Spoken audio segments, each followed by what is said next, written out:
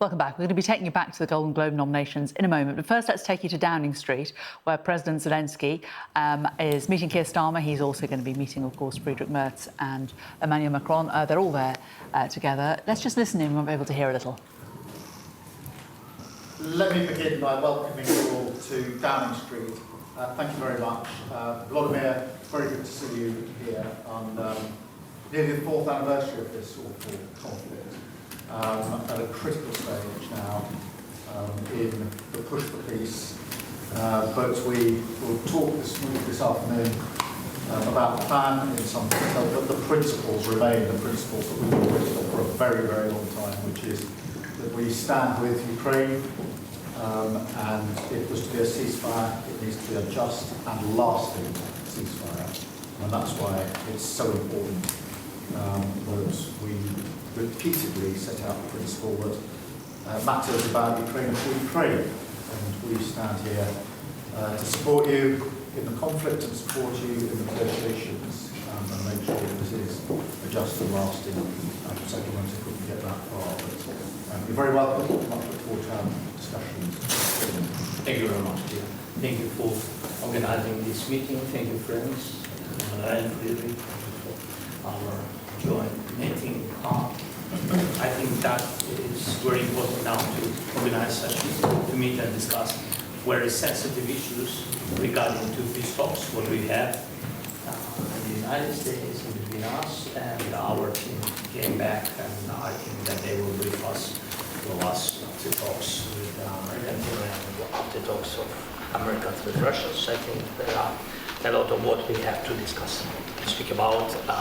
It's things which are very important for today. I think unity between Europe and Ukraine, and also unity between Europe, Ukraine, and the United States. There are some things which we can't manage without Americans, things which we can't manage without Europe, and that's why we need to make some important decisions.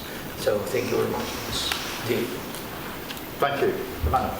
Thank you, Keir. Thank you for organizing this discussion, and thank you, Volodymyr, for being with us together with Friedrich. I think we all support Ukraine, and we all support peace and peace negotiations to have a sustainable, a robust peace. And I think we have a lot of cards in our hands. The financing and the furniture of equipment and training programs to Ukraine, the fact that Ukraine is resisting in this war, and the fact that the Russian economy is starting to suffer, especially after our latest sanctions and the US sanctions. And now I think the main issue is a convergence between our common positions, Europeans and Ukrainians, and the US to finalize these peace negotiations and re-engage a new phase in the best possible conditions for Ukraine, for the Europeans, and for our collective security. Thank you. Thank you, Prime Minister Keir Starmer, for having us here in 10 Downing Street in London today. I highly appreciate that we are having the opportunity to see you, Volodymyr, together with Emmanuel, and talking about the upcoming days, because this could be a decisive time for all of us. So we are trying to continue our support for Ukraine, as you know. On the other hand, we are seeing these talks and negotiations in Moscow and in the US. I'm looking forward to hear from you what the outcome of these talks might be. And we are still and remain strongly behind Ukraine and giving support to your country, because we all know that this the destiny of this country is the destiny of Europe. Yeah. So that's the reason why we are here, trying to figure out what we can do. And nobody should doubt on our support for Ukraine. And this is what we are firmly standing behind, and the outcome is open.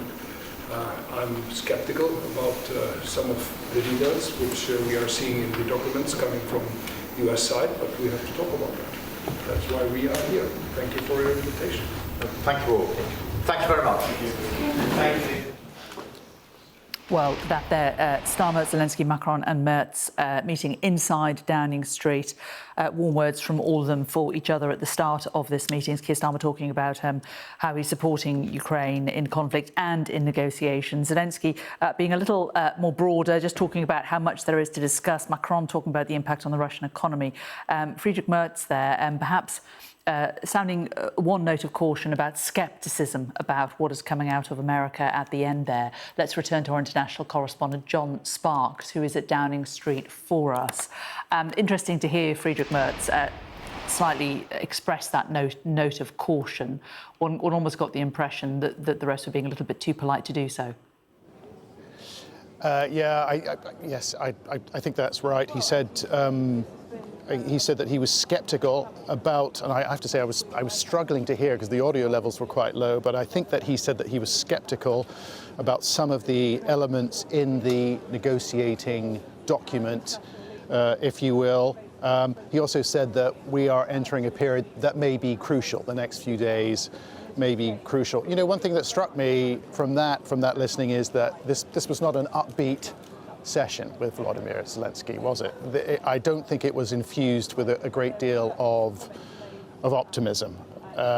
You know, the Europeans have got a real problem on their hands. They are trying to support the Ukrainians when the Ukrainians are coming under an extreme amount of pressure, both on the battlefield from the Russians, but also from Donald Trump, who wants them to sign up. He may not be particularly interested in the details of the deal, but he wants a deal. We heard in comments that he made last night, fairly dismissive really about Zelenskyy. Didn't think Zelenskyy had read the latest update. His people were supportive of it, but Zelenskyy, he wasn't giving his full attention to it. I mean, real strong-arm negotiation tactics. We heard from Macron as well. He was trying to sound upbeat. He said, we have a lot of cards in our hands, but didn't specify what those cards were. He also went on to say that the Russian economy was starting to suffer, but you know, again, not really speaking here from a position of strength. So I think they've got a real problem here. For the Europeans, it's decision time for them. I think they've certainly stepped in to support Ukraine, Jane, but I think we're at a point where they are going to have to decide what they're going to do in the future. I mean, they're struggling, for example, to use a huge amount of money, Russian assets that have been seized. Most of them are in Belgium. The Europeans have been struggling to provide those assets to the Ukrainians to help them run their operations and to fund their government. So they've got real problems there. I thought also telling that Zelenskyy said, look, you know, we can't manage this without the Americans and the Europeans. He needs both. He's trying to keep the Europeans, and we can see that the support is here, but he's trying to keep the Americans in the game as well. Because I think the threat, the implicit threat here is that Trump gets tired of it and he walks away. And I think, you know, that's the juggling act that Zelenskyy is trying to manage here. He's trying to keep everybody behind him, but it's difficult, and they're in a difficult situation now, particularly at the front. Thanks very much for that, John Sparks, for us at Downing Street.